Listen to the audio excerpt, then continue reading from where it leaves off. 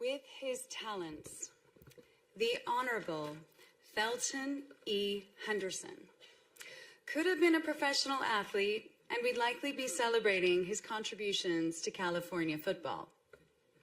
Sadly, though, his football talents were sidelined by an injury during his sophomore year at UC Berkeley. That, of course, did not stop Thelton Henderson, who doubled down on his studies, allowing a new pursuit to take field. A native of South Central LA and a true believer in social and transformational justice, it would take hours for me to give you a full picture of Judge Henderson's impact. So instead, I'll give you a few highlights. Judge Henderson was the first Black attorney in the Civil Rights Division of the U.S. Department of Justice.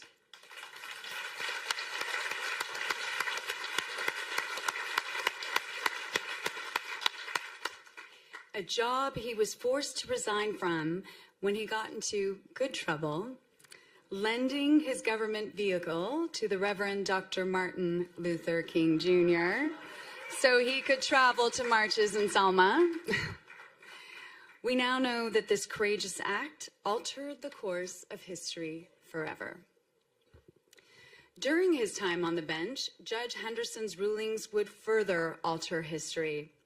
He ruled that the gay community was entitled to equal protection under the U.S. Constitution 28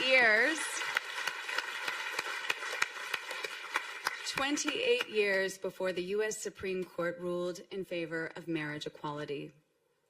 He also issued landmark decisions on affirmative action, sexual harassment, and the environment.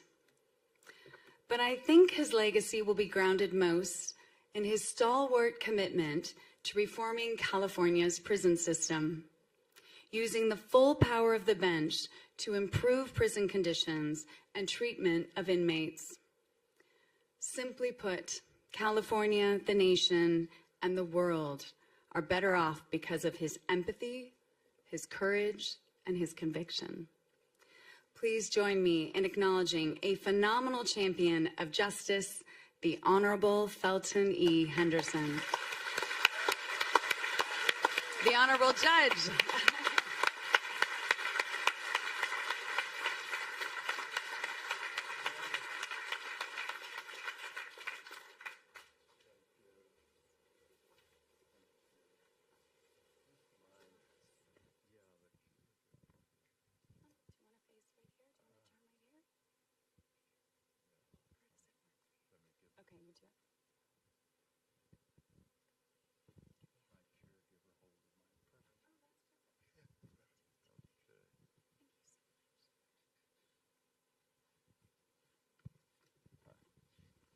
Thank you very much. I need help here. I can't reach that mic up there. It's difficult for me to adequately express how deeply honored I am to find myself up here with this distinguished and diverse group of fellow Californians. You know, it would have been a really big deal to be inducted into a Hall of Fame in the area where I grew up. For example, the South Central LA Hall of Fame, or the Watts Hall of Fame, or the Straight Out of Compton Hall of Fame. That's where I hung out in my young days. But being inducted into the California Hall of Fame, the Hall of Fame of the greatest state in the country, in this great nation, is something else again. It's just an honor I can't quite get my head around yet. And I'm so very, very grateful that my grandmother, a native Mississippian and a granddaughter of slaves, had the courage and the foresight and the insight to join the great migration of blacks who made their way to North and West out of the oppressive atmosphere of the South. In 1936, she brought her 7 children and her 3-year-old grandson to California, with all of our worldly possessions in an old truck with an old car trailing behind, much like the Joad family in The Grapes of Wrath. And it was interesting to notice that John Steinbeck, who wrote The Grapes of Wrath, is a member of the California Hall of Fame. Her and my mother's vision for me was that this was a place where I could, in her phrase, make something of myself and be somebody, live the California dream. And it eventually became a reality through an opportunity to attend one of the greatest public universities in the world, UC Berkeley.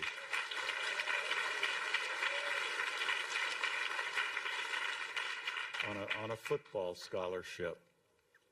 And if she were here today, I know my grandmother and my mother would join her, and she would use her highest praise.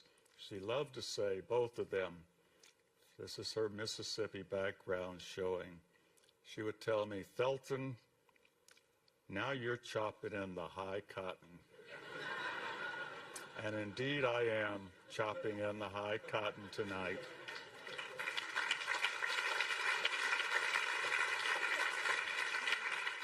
In addition to my grandmother and my mother, I want to thank two other women without whom I would not be here today. California's first partner, Jennifer Siebel Newsom.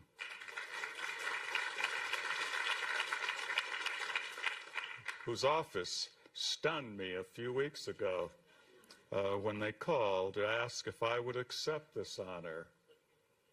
Would I accept this honor? Well, would I accept $1 million tax-free check? Of course I would accept this honor, and thank you so much.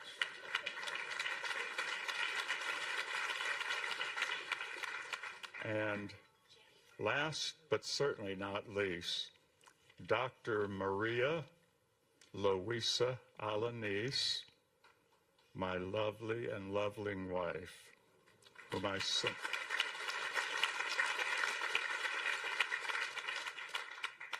who takes care of me, cares for me, and makes my life a pleasure each and every day. Thank you so much, my love.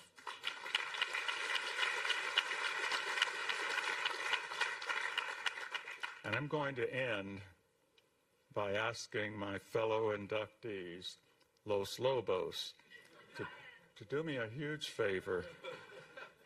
I speak very little Spanish, but por favor, mi amigos. Maria Luisa is your biggest fan. She was talking about you, and she was so excited.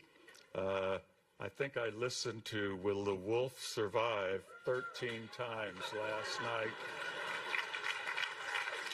And I hope you'll hang around tonight and let her take a picture of you. Muchas gracias.